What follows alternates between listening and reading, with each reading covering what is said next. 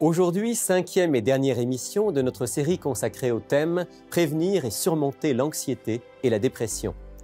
Avec mes invités du jour, nous allons parler du changement. Quelles sont les démarches qui peuvent nous aider à effectuer les changements dont nous avons besoin, à développer une meilleure santé physique, mentale, spirituelle? Réponse dans un instant, juste après le générique.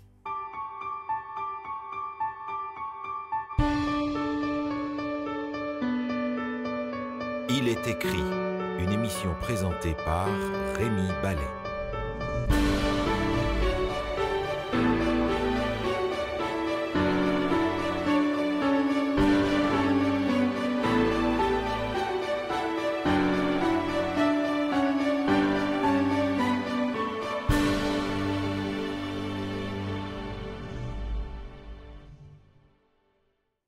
Si vous avez suivi notre série d'émissions sur le thème « Surmonter la dépression et l'anxiété », vous en savez maintenant un peu plus sur les mécanismes qui peuvent provoquer la dépression, amener à des troubles anxieux. Et vous voulez certainement mettre en place les différents éléments que nous avons présentés pour pouvoir retrouver cet équilibre physique, psychologique, spirituel auquel vous aspirez.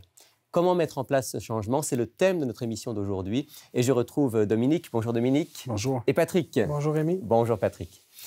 À tous les deux, je voudrais vous proposer de réfléchir en partant du premier de l'an. À la nouvelle année, généralement, on a une série de bonnes résolutions. Hein. On va arrêter de fumer, on va se mettre à faire de l'exercice, on va passer du temps avec la famille.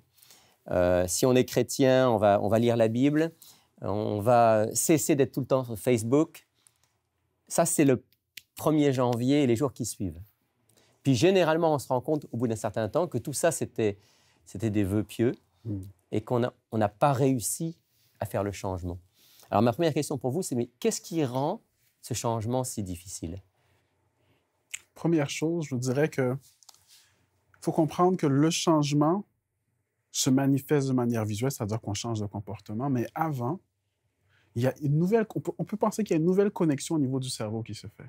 Mais ensuite, cette connexion-là, elle doit se fortifier. Elle doit se fortifier, elle doit se solidifier. Et c'est ça qui va rendre le changement plus facile.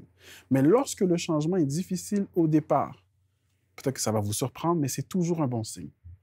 Lorsqu'il y a résistance au départ, c'est toujours un bon signe parce que ça veut dire que quelque chose change effectivement.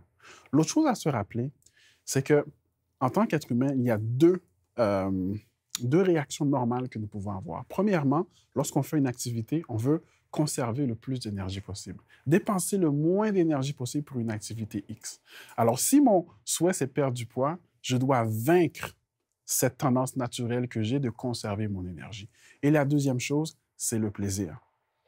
En fait, la chaîne de la mauvaise habitude, c'est généralement le plaisir. Tu es d'accord avec ça, Patrick? En fait, toute mauvaise habitude trouve ses racines dans une de deux choses, la paresse ou le plaisir. Quand on parle de péché mignon, c'est parce qu'en quelque part, il y a la gratification instantanée que nous recherchons dans une habitude qui, malheureusement, peut être néfaste pour nous. Par exemple, la cigarette, pour citer un exemple. Parce que quand on parle de mauvaise habitude, en fait, bon, je ne sais pas où se situe la limite, peut-être on va pouvoir le définir, mais mauvaise habitude et dépendance, quelque part, ils sont voisins. Qu'est-ce que c'est une dépendance? Alors, première chose à dire, c'est que toute dépendance n'est pas nécessairement négative.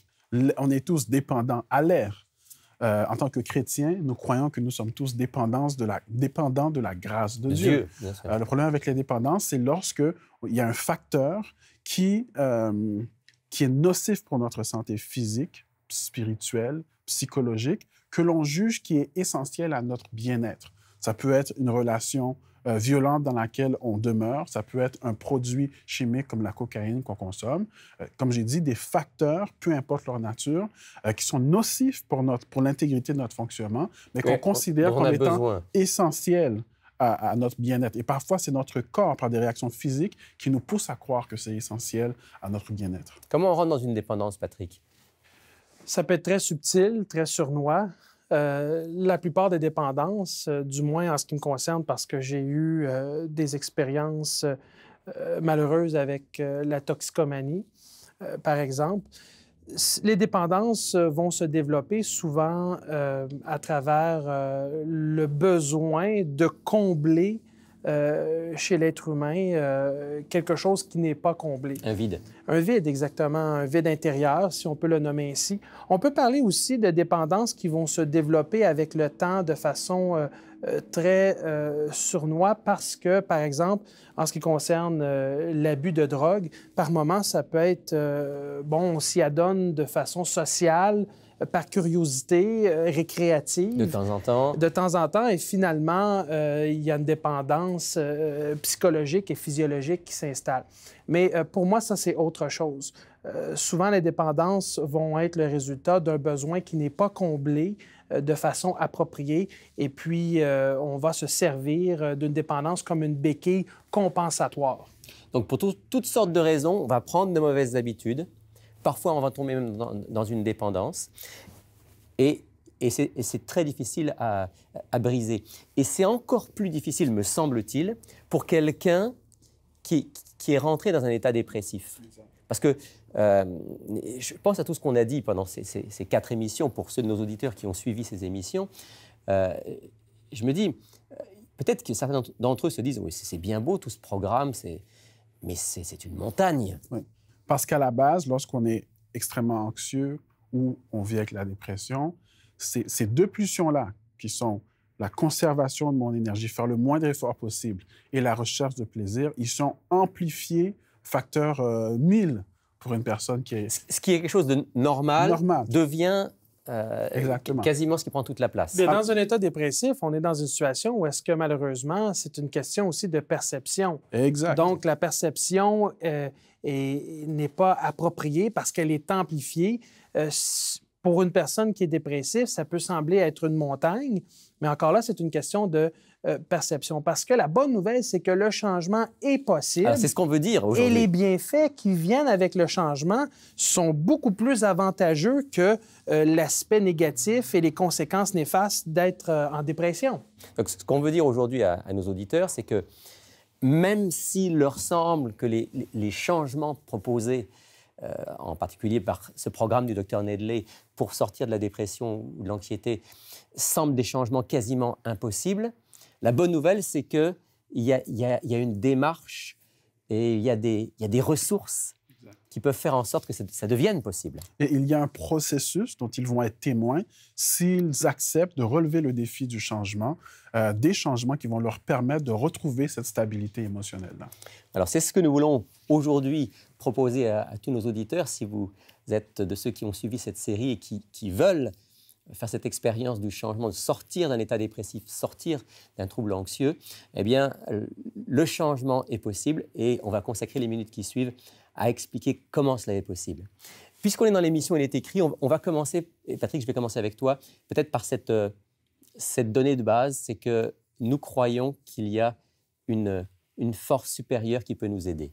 Tout à fait. Et en ce qui me concerne, pour parler un peu de mon expérience personnelle, mes problèmes de dépendance en toxicomanie se sont réglés et résorbés dans la mesure où j'ai accepté de croire qu'il y avait un Dieu et que ce Dieu était personnel et était en mesure de m'aider dans la problématique que je vivais. Et on n'est pas très loin non plus des mouvements anonymes, que ce soit NA, AA, OA, peu importe, où la première étape veut qu'en quelque sorte, il y ait cette prise de conscience que je ne serai pas capable de m'en sortir par moi-même. J'ai besoin d'aide et cette aide est extérieure à ma propre personne, donc je dois me tourner vers Dieu. Mais dans les mouvements anonymes, il faut comprendre aussi qu'il y a l'aspect de soutien, de groupe et aussi de mentorat. On va revenir tout à l'heure à cette dimension de groupe.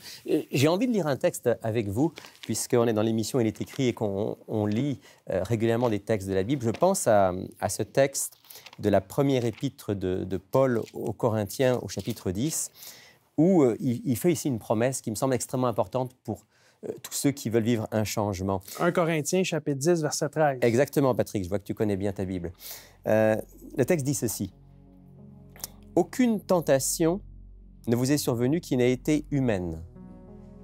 Dieu qui est fidèle ne permettra pas que vous soyez tentés au-delà de vos forces, mais avec la tentation, il donnera aussi le moyen d'en sortir pour que vous puissiez la supporter. Je trouve cette promesse extraordinaire. En fait, c'est encourageant dans la mesure où, au niveau biblique, au niveau de la spiritualité chrétienne, Dieu est en train de nous dire à travers sa parole que les difficultés que vous avez par rapport à la tentation, c'est pas au-delà de vos forces. Donc, finalement, ça revient à dire que le changement est possible avec l'aide de Dieu. Et que Dieu lui-même va nous donner la force pour en sortir. On pourrait paraphraser en disant, si vous êtes face à une mauvaise habitude, que vous jugez qui est impossible à changer, Dieu va vous donner la volonté, va vous donner la persévérance pour être en mesure de changer de cap, faire un 180 degrés. Ça, c'est déjà quelque chose d'extraordinaire. C'est un point de départ extraordinaire pour tout changement en profondeur. Maintenant, ce qu'on vient de dire là, ce n'est pas magique, dans le sens où Dieu ne fait pas la promesse que le changement va intervenir comme ça, va nous tomber dessus. Il y a aussi une démarche humaine de collaboration avec Dieu. Quelles sont les grandes phases, les grandes étapes du changement? Alors, lorsqu'on parle des étapes du changement, il faut comprendre qu'il y en a 4. La première, numéro 1, c'est lorsqu'on est inconsciemment incompétent. Ce que ça veut dire, c'est que j'ai une mauvaise habitude, mais je n'ai pas de connaissances qui me permettent d'identifier ce comportement comme étant nocif pour ma personne. Okay. Je bouffe du sucre, mais je ne sais pas que c'est mauvais. Exactement. En anglais, on dit « ignorance is bliss ». L'ignorance me permet de faire ce que je veux. C'est exactement cette situation-là. Okay? Mais un jour, après avoir écouté la série d'émissions d'Il est écrit sur l'anxiété et la dépression, j'acquiers cette connaissance. Mais je ne suis pas encore prêt à changer. Alors, j'ai la connaissance, je sais que certains comportements, comme passer mes journées devant un écran, sont néfastes pour moi, mais je continue quand même. À ce moment-là, je suis consciemment incompétent. Parce que j'ai la connaissance, mais je continue à avoir le comportement qui est néfaste. Et là, il y a beaucoup de gens qui vont se reconnaître dans cet état-là en disant « Oui, je sais qu'il y a telle ou telle mauvaise habitude que je devrais changer, mais je n'ai pas la force. » Et là, ça revient à dire, en fait, si on se réfère encore à la Bible, on peut dire que l'esprit le veut, la chair est faible. Donc, il y a une espèce de dichotomie entre ce qu'on veut faire et ce qu'on sait. La troisième étape, c'est lorsque, pour des bonnes raisons, on décide d'appliquer maintenant nos connaissances. Mais ce n'est pas facile. Il faut toujours qu'on se rappelle la connaissance que j'ai pour avoir le bon comportement. Et donc, il y a un moment, il y a une décision, il y a un déclic. Oui. Et on dit, on va s'engager dans la voie du changement. Exactement. À ce moment-là, on est consciemment compétent. Ça nécessite un effort régulier et constant pour ne pas retomber dans la mauvaise habitude. Et la prise de décision, elle est clé. En fait, ce moment où on choisit on prend conscience et on choisit et on se donne les moyens pour le faire, le choix que nous faisons intérieurement et même en le manifestant publiquement, j'ai choisi de cesser de fumer, par exemple. Oui, on dit ça. Pour les gens qui veulent cesser de fumer, on leur dit, il faut que vous le disiez. Exactement. Et donc aussi se rendre redevable, donc avoir un partenaire qui nous accompagne, à qui on est redevable, dire, écoute, j'ai choisi d'arrêter de fumer, mais j'ai besoin d'aide pour le faire. Alors, l'aide est accessible. Les ressources sont possibles en ce qui concerne la dépression et l'anxiété. Et ça, c'est quelque chose qui devrait encourager nos téléspectateurs aujourd'hui. S'il est vrai que le déclic est important, cette décision-là est importante, il est important également de se rappeler que cette phase d'être consciemment compétent, elle a une certaine durée. Ça ne se passe pas du jour au lendemain, le changement. En 3 à 4 semaines de durée pour cette période-là, qui est difficile, parce qu'il faut constamment qu'on se rappelle la connaissance qui soutient mon nouveau comportement pour qu'on puisse l'adopter. Ce que tu es en train de dire, Dominique, c'est que quand on veut changer une habitude dont on a pris conscience qu'elle était mauvaise, quelle qu'elle soit, après donc l'ignorance vient la connaissance, et puis vient le choix, le déclic dont on parlait, la décision. Mais là, il faut maintenir cette décision, j'allais presque dire, presque malgré nous. Exact. Oui. Pendant un certain temps, et tu situes aux alentours de 3 à 4 semaines le temps qu'il faut pour que le changement d'habitude commence à s'imprimer en nous. Exact. Le fameux 21 jours.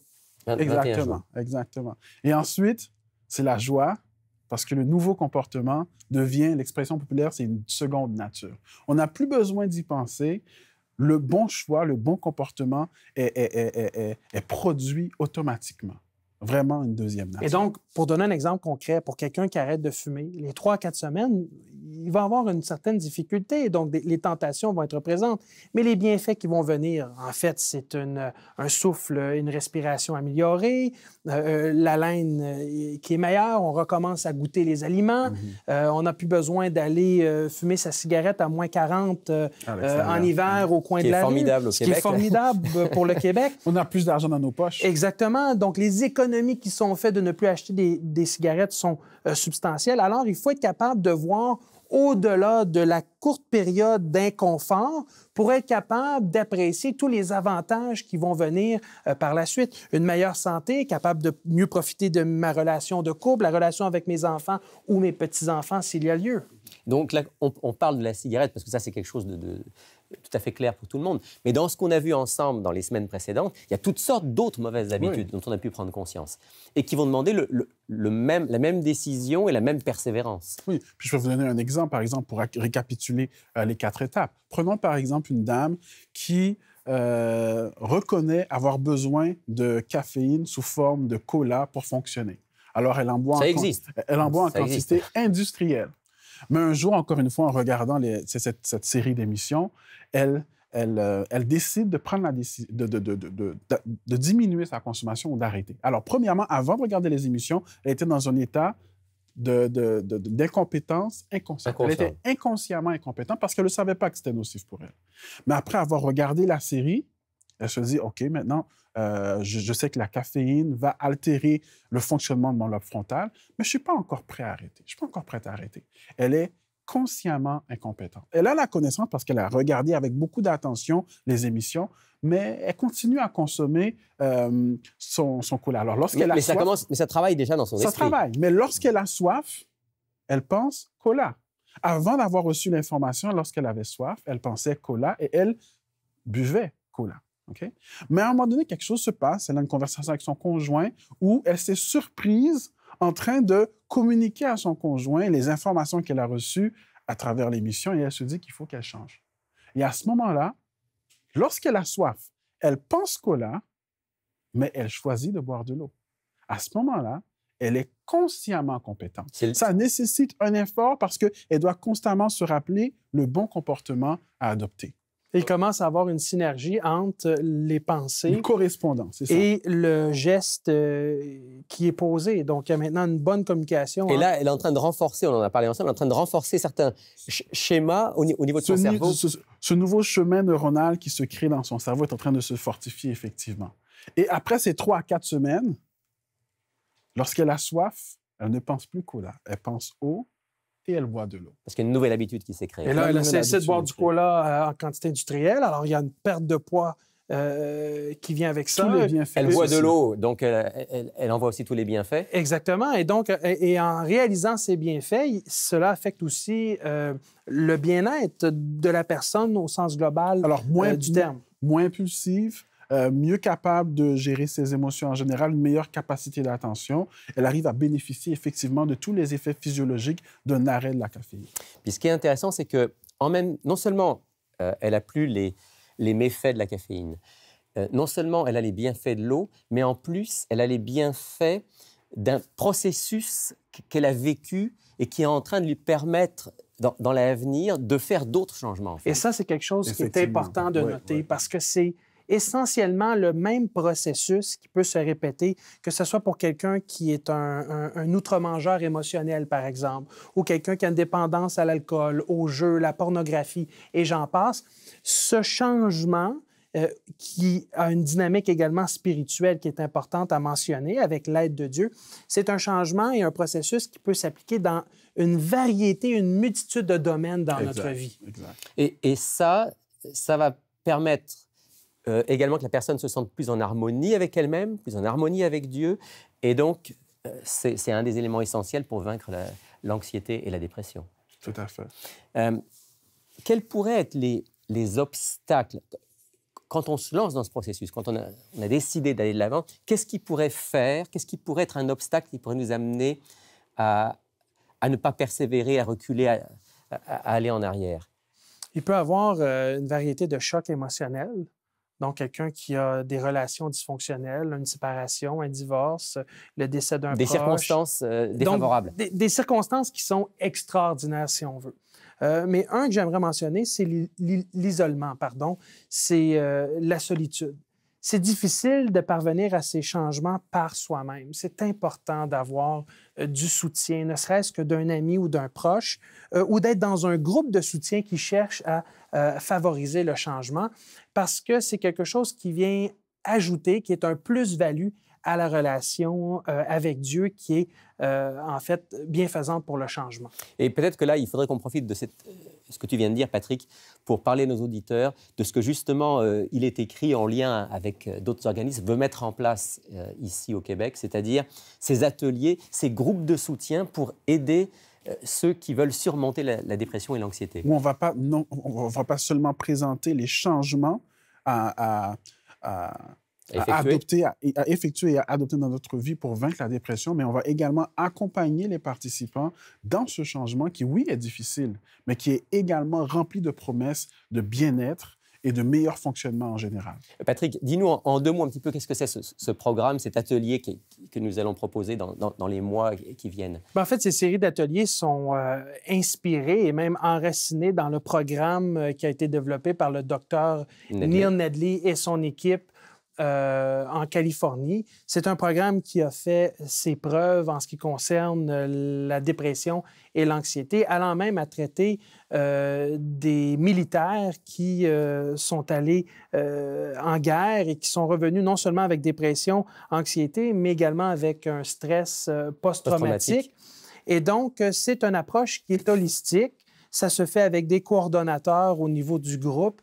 Les ressources sont disponibles à la fois par écrit, donc sous forme de livres. Il y a du matériel. Il y a du matériel, DVD, le groupe de soutien, du mentorat et de l'accompagnement qui permettent à la personne non seulement de prendre la connaissance, mais aussi de développer un lien interpersonnel avec quelqu'un qui a été formé dans le programme du Dr Nedley pour aider cette personne à franchir les étapes nécessaires pour un changement qui va apporter la possibilité de sortir de la dépression et de l'anxiété. Donc, c'est cette formation que nous avons suivie ensemble et que nous voulons maintenant mettre au service de la population qui peut être atteinte par ces troubles. Oui, Dominique. Puis je pense que la valeur ajoutée du programme, c'est qu'elle vient intervenir sur les fonctions physiologiques au niveau de notre système nerveux, au niveau de notre cerveau, pour leur permettre de fonctionner à un niveau optimal pour avoir justement ce bien-être psychologique-là. Mais également, ce programme nous permet d'aller chercher l'apport d'une source d'énergie émotionnelle et de santé émotionnelle qui, jusqu'à présent, est ignorée par la communauté médicale actuelle, c'est-à-dire la spiritualité. En tant que chrétiens, nous savons que Dieu lui-même se propose de faire cette transformation-là en nous. Dieu se propose de nous donner la persévérance également pour faire ces changements dans notre vie. Et ce Dieu-là également souhaite ce changement. C'est vraiment une approche holistique, physique, psychologique, émotionnelle, relationnelle et spirituelle. Il faut le dire, il faut parler ouvertement de spiritualité aujourd'hui. Moi, dans mon expérience personnelle, dans le cheminement au niveau de la toxicomanie, outre tout ce que j'ai mis en place, le facteur qui a été pour moi le plus important et qui a aidé au niveau du changement, c'est ma relation de foi personnelle avec Dieu. Et ça, malheureusement, comme dit Dominique, c'est quelque chose qu'au niveau médical, au niveau scientifique, c'est difficile d'en parler ouvertement parce qu'on ne veut pas emmener la religion sur la place publique en matière de santé publique. Mais ce programme a fait ses preuves et puis n'importe qui est désireux vraiment de vivre un changement se doit de se donner l'opportunité de s'inscrire et de suivre ce programme. On va terminer d'ailleurs avec un texte encourageant. Avant de le faire, j'aimerais dire à nos auditeurs, si vous êtes intéressés par ce programme, par ces ateliers qui vont être proposés très prochainement au Québec, n'hésitez pas à prendre contact avec nous. Vous allez sur notre site internet, il est écrit .tv, vous nous appelez, vous nous écrivez et vous pouvez avoir toutes les informations sur où l'atelier va être donné, à quel moment, et également toutes les conditions pour s'y inscrire. N'hésitez pas non plus à utiliser et à acquérir le matériel du Dr Nedley, maintenant disponible en français. Tout à l'heure, vous allez avoir une petite capsule où on vous présente ce matériel. On veut donc terminer cette série. Merci d'abord à tous les deux d'avoir été avec moi pour cette série, je pense, très importante. On va terminer cette série avec un encouragement. Patrick, tu es notre intervenant en soins spirituels.